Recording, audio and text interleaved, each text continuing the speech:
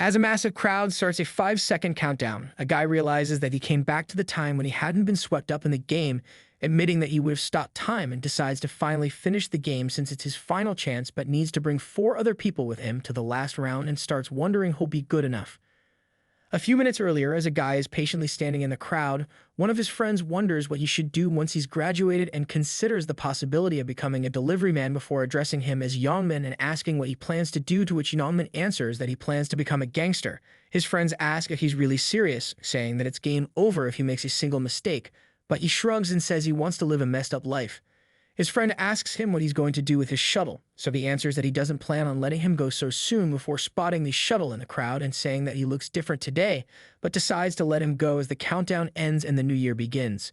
Meanwhile, the sky suddenly turns golden as a majestic angel-like woman slowly descends from the sky and levitates high over the humans, saying that for such lowly trash, they do seem to be stunned by her appearance, but is interrupted when a man tells her to stop the nonsense mockery hearing, which she blows up his head and tells the rest of them to stay quiet, while the guy from before acknowledges that even after going through this 99 times, he still hates this part. The woman explains that they'll be transported into a different dimension on the first of every month as part of her game and will receive rewards for completing 20 quests, after which they'll return to this world until the next month.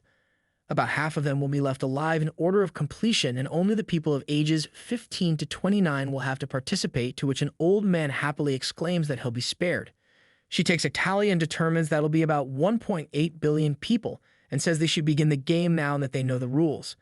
As the main guy gets transported to a white emptiness, she explains that all of them will have arrived at their spaces where they'll be able to shape and customize their body for soul transfer, and tells them to choose wisely since they only get one chance. The main guy says he'll choose the same thing and decides on his name to be Black Scythe.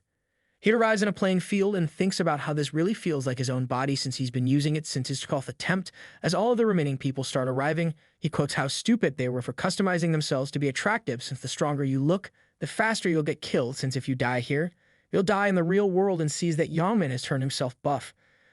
The one arrives again and says that all the 1,800,000 people from Seoul are here since the other angels will be taking care of the rounds in other places, and begins with a simple explanation. She tells them to say status window in their heads as a screen pops up in front of them when they do, and explains that they have trash stats since they're at the start of the game. She says that they need to make it through the 20 levels, after which they'll be granted a wish and return to the real world before giving them a rune they can use and giving them their first quest of defeating 100 goblins each as the creatures start appearing in the field. Most of the people try to run away in fear, but Black Scythe steps forward and swiftly approaches the goblins before kicking one of them away. As he starts slashing through the goblins one after another, he remarks that first impressions are very important when in a group, which is why he needs to make an impression of his strength in front of the others, and more importantly put on a show for the angel to notice him. While the others look at him easily fighting the goblins in surprise, they talk about how goblins are always the weakest enemies in a game and say that they'll be able to easily take them down too, despite not being as strong as Black Scythe, but are stopped short of their confidence when the creatures rush at them all at once and savagely start taking them out.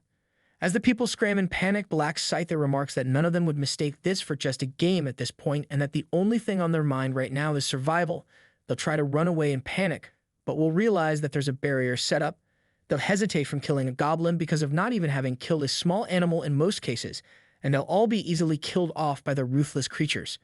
As the angel looks down on them from above, she smilingly says that they don't stand a chance against these goblins, especially when they're equipped with short daggers, but looks at Black Scythe in intrigue and pulls up his character info, seeing that the only info it shows is his name and the amount of goblins he's slain, which is 70 out of the 100. She remarks that even though guiding these pathetic mortals hurts her ego, some of them are very peculiar, as Black Scythe slashes through another horde of goblins before seeing some of them getting away from him in alarm and deer, after which he decides to take a breather and notices that he's gotten to level 4.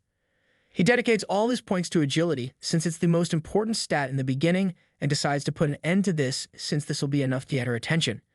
He throws the knife at the goblins, telling them to come at him, but they keep backing away, so he rushes at them and kills the remaining ones needed to complete his first quest. As a screen pops up saying that he's achieved rank 1 and a reward of a lowest rank rare weapon selection coupon, he remarks on how ranks affect the rewards one gets, which is another reason why he completed this first quest as quickly as possible and receives a special reward selection box for achieving it across all zones. He uses the coupon first and chooses the stiletto out of the weapons he's offered before deciding to keep the rewards box for later. He opens his status window again and sees the title of Last Time Regressor there. Upon selecting it, he receives a rune and uses it to find out that it's used for player to regress infinite times, but since it already is his 99th attempt, he acquires the title Last Time Regressor. Titles are upgraded and much stronger versions of runes in this game, which means the better their effects are, the harder they are to obtain. Another screen appears in front of him saying that the title of Last Time Regressor allows him to stay in his soul form after death for an entire minute, after which he can resurrect at any desired point in his journey with 100% restored health, but since it's a single-use ability, the title will disappear once it's used and the user has been resurrected. Surprised, Black Scythe wonders about how resurrection only exists as a priest's skill, and even then heals up to 30% health, while this one fully heals him before saying that he's got his hands on something amazing. Black Scythe decides to keep something like this hidden and changes its visibility settings to private before remarking that the people who finished the quest should be coming at by now, and wondering how Yongman would be doing before seeing him shakily holding a bloody dagger and acknowledging that he'll probably be able to survive as well. The angel watching from above says she was wondering why it was getting boring to watch and makes all the corpses littered around the field disappear before adding another 50,000 goblins for them to fight, saying that should be enough. As the number of people who've passed the quest gradually starts increasing, the bloodshed slowly gets more and more as they start to savagely use any tactic possible to kill the goblins, and Black Scythe watches from afar as the number of people who've completed the quest reaches the predetermined number of 5143. The angel clears all the goblins and announces that half of the people present have passed before telling them that the ones who weren't able to complete their quests will die, and swiftly makes them disappear, as well as they plead for more time. Once that's done, she says that the remaining people have survived and will return now before congratulating them for passing the quest and announcing that she hopes they'll do better in the second round. Since Black Scythe was easily the best performing player, he receives the highest rank along with 1,000 gold with which he can buy items from the shop, and realizes that everyone knows he's first place now. The angel impressively sees that he was first place in all zones and tells him to answer her why he's so strong, and if he obtained any special runes. Burr catches herself too late as he grabs the chance and asks if can't tell what runes he has, to which she hurriedly answers that an angel like herself obviously knew it. He then directly addresses her and asks if he can ask for a favor, which shocks her, but he goes on without an answer and says that the rewards for first place are a bit too stingy, which is why he'd like to get a better reward since he doesn't like what he received. Hearing this, she menacingly asks what he just said and wonders if this piece of trash human actually demanded something from her, wondering if he started to underestimate her just after killing a few goblins, even though she was keeping a close eye on him. She decides to blow his head up, but realizes that she already used her authority on the man from before the game started, angrily saying that she can't even kill him, but gets a sudden idea and confirms with him that he'd like a better reward. She lands on the ground, telling him that a request like that would be outright rejected instantly, but she'd like to think about it, and invites him to have a private discussion with her, while the other humans can wait until they're back. Hearing this, the others instantly start muttering among themselves about how he actually negotiated with the angel, while Black Scythe takes a look at Yongman, who stares back at him in confusion and smirks before going along with her. As they're walking, she asks him why he's keeping such distance between them and says that she has to keep checking whether or not he's behind her before instructing him to stay close, to which he readily agrees to.